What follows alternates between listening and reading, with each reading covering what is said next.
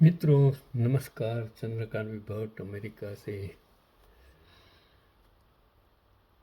पूरा विश्व आदि युग से आज तक और आने वाले कल भी विश्वासघाती लोगों, गद्दारों, अमी चंदों से भरा पड़ा है। और भारत के इतिहास में तो इन अमी चंदों की वजह से, गद्दारों की वजह से देश गुलाम भी हुआ, आज़ाद भी हुआ। अमी चंदों की वजह से नहीं, शहीदों की वजह से, देश प्रेमियों के। और फिर आज जो अमी चंद MP MLA गद्दार, देशद्रोही शायद कह सकता हूँ, जो अपना पक्ष का पाला बदल कर सत्ता पलट करते हैं और उसको खरीदने वाले सत्ता में बैठकर करोड़ों रुपये खर्च करके खरीदते हैं, तो उनको क्या आप देशद्रोही नहीं कह सकते, अमी चंद नहीं कह सकते? वो आप पर छोड़ देता हूँ। क्या आप जानते हैं कि साल 1555 1555 में जब पोर्टुगल सेना ये देश में कितने लोग आए प्रदेश से, कालीकट, बीजापुर, दमन, मुंबई जीतते हुए गोवा को अपना हेडक्वार्टर बना चुकी थी। टक्कर में कोई ना पाकर उन्होंने पुराने कपिलेश्वर मंदिर को ध्वस्त कर उस पर चर्च स्थापित कर डाली।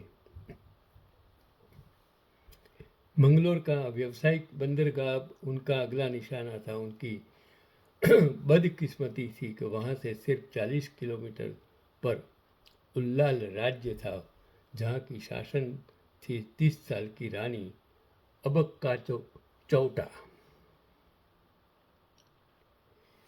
पोर्टुगलियों ने रानी को हल्के में लेते हुए केवल कुछ सैनिकों से पकड़ने भेजा, लेकिन उनमें से कोई वापस नहीं लौटा। क्रोधित पोर्टुगलियों ने एडमिरल डोम अल्वेरो ड सिलिवीरा के नेतृत्व में एक बड़ी सेना भेजी। शीघ्र ही जख्मी एडमिरल खाली हाथ वापस आया।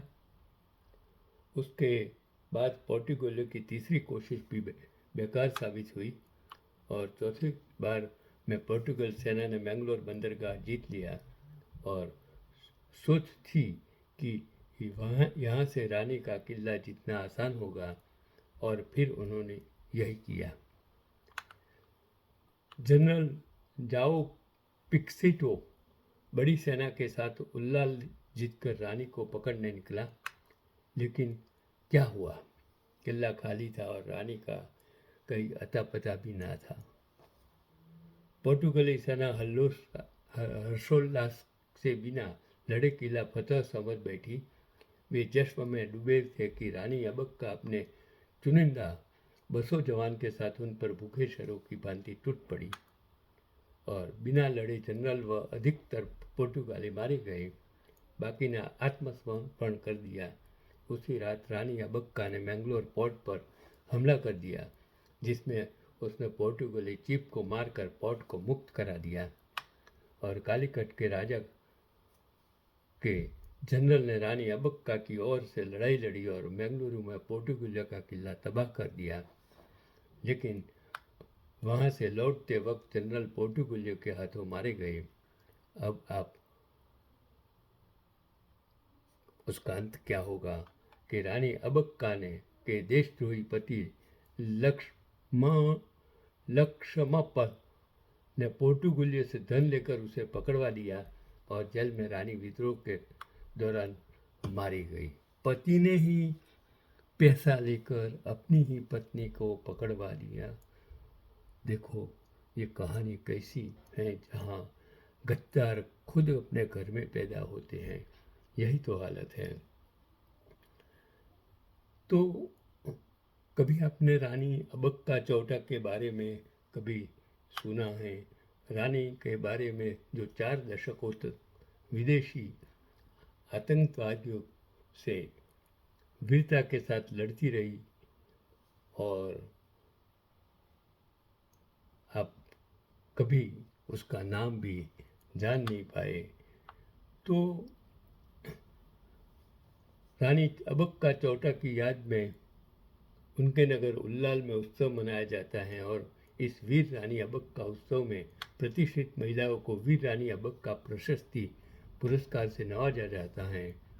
और ये से हमारे जीवन में दो चीज़ साफ हैं कि हमें हमारे गौरवपूर्ण इतिहास को जानबूझकर वंचित रखा गया है। रानी अबक्का चौटा के बारे में कुछ लोग तो शायद पहली बार ही और मेरे ये वीडियो के माध्यम से शायद आप तक मैंने जो पढ़ा वो आप तक पहुंचाने की कोशिश है।